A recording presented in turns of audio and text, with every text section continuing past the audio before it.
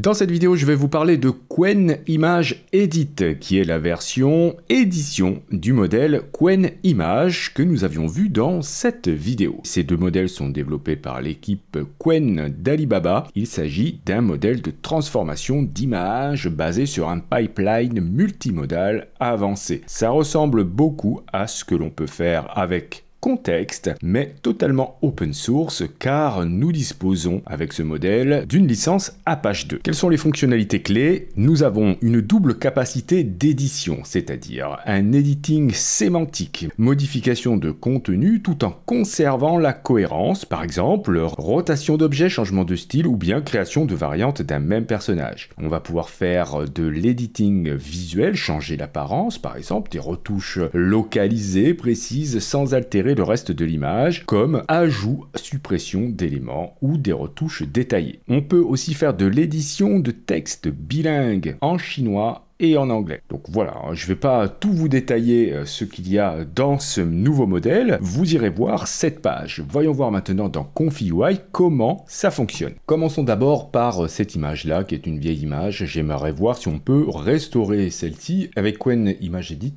J'indique dans le prompt que je veux une image moderne, en couleur, etc.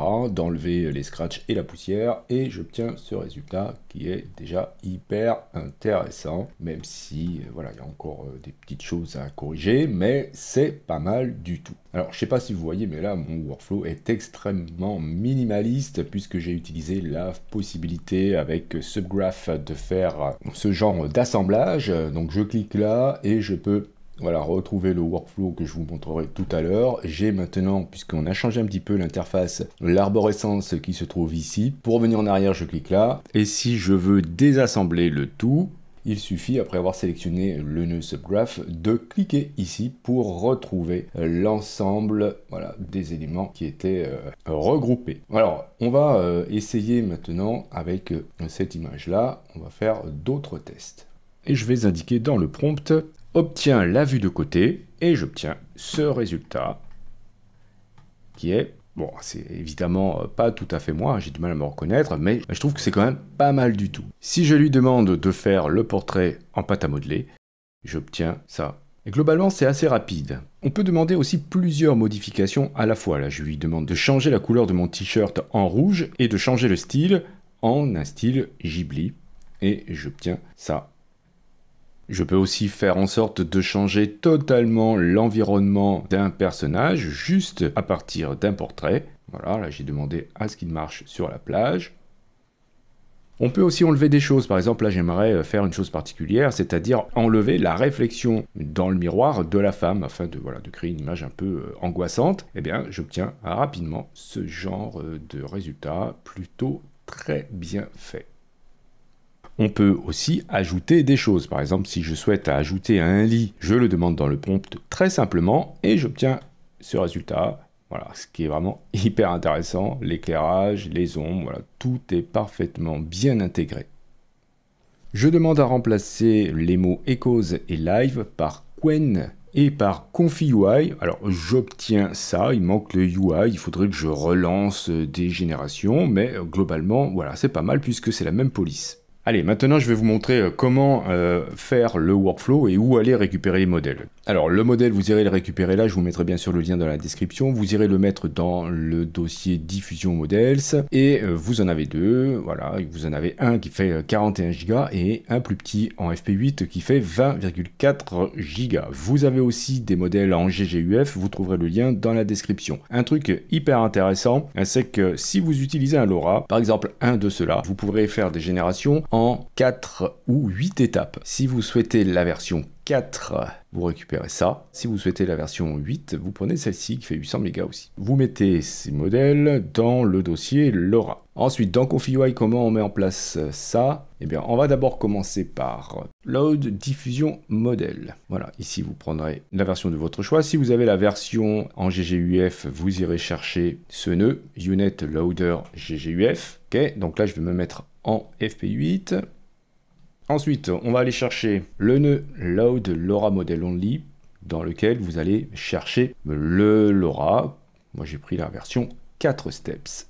Ensuite, il vous faut un load clip, et n'oubliez pas de mettre comme clip encoder Qwen 2.5. Alors si vous avez déjà installé Qwen, vous l'avez déjà. Si ce n'est pas le cas, vous regardez la vidéo que je vous ai indiquée au début, dans laquelle se trouvent tous les liens. Ensuite, vous allez charger le VAE, voilà, qui est aussi un VAE spécial pour Qwen. Et on a un nouveau nœud qui s'appelle Text Encode Qwen Image Edit. Donc si vous l'avez pas ce nœud, faites la mise à jour. C'est dans ce nœud que l'on va indiquer ce que l'on souhaite faire comme modification. Donc on va relier clip à clip, VAE à VAE. Ensuite, il nous faudra aller charger une image. Donc load image, voilà, par exemple ma petite mascotte. Alors avant de plugger directement l'image à text encode, il va falloir adapter la taille. Donc vous avez ce nœud, scale image to total pixel, et vous vérifiez que vous êtes avec 1 mégapixel. Donc ça maintenant on peut le relier là. Et là, on va aller faire un get image size.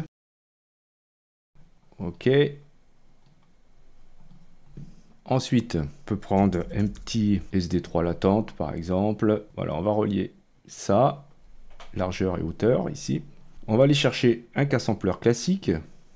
On va relier modèle à modèle. On va se mettre ici en CFG 1 et en 4 étapes. Vous irez tester les sampleurs et les scheduler de votre choix. Je vais rentrer ici latente à latente, bien sûr. Positif, je le mets là. Il nous faut un 0 conditioning out, puisqu'on n'a pas de prompt négatif avec le LoRa. Et on va ensuite sortir avec un VAE décode. Relier VAE à VAE, bien sûr. Et je vais mettre un preview image là. Alors vous voyez, c'est extrêmement simple, hein, c'est vraiment pas compliqué du tout. Donc là, je vais mettre, voilà, change le style en 3D, et j'obtiens ce résultat.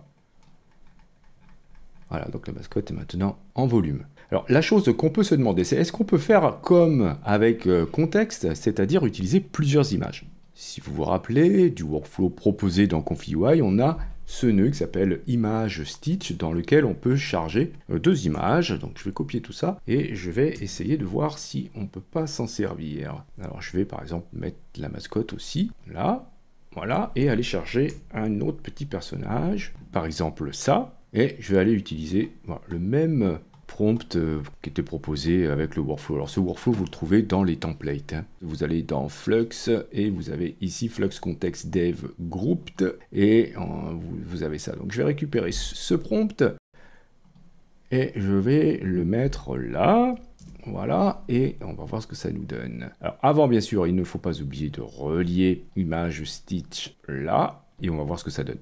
Et voilà, j'obtiens ce résultat où j'ai bien effectivement une image avec les deux personnages ensemble. Alors là l'image elle est longue car elle correspond à l'assemblage des deux. Donc ce qu'il faut faire ici, c'est comme avec contexte, relier une des images ici pour récupérer sa taille et l'injecter en tant que empty latente, ce qui vous permettra d'avoir une image de la taille que vous souhaitez. Vous n'êtes pas obligé d'avoir la taille de l'assemblage des deux images. Et voilà, j'obtiens ce résultat. Bien, alors j'ai fait pas mal d'autres tests avec ces deux personnages en changeant le prompt. Donc évidemment, encore une fois, avec ce type de modèle, il faut absolument avoir des prompts assez précis. J'obtiens pas vraiment ce que je veux malgré tout, même si c'est hyper intéressant. Donc ça prouve quand même que l'on va pouvoir utiliser plusieurs images pour faire des assemblages comme ça, ou même pour faire, pourquoi pas, du virtual try-on. J'ai pas testé, hein, il va falloir que je m'y penche. Et donc voilà, c'est mes premiers tests avec Qwen Edit.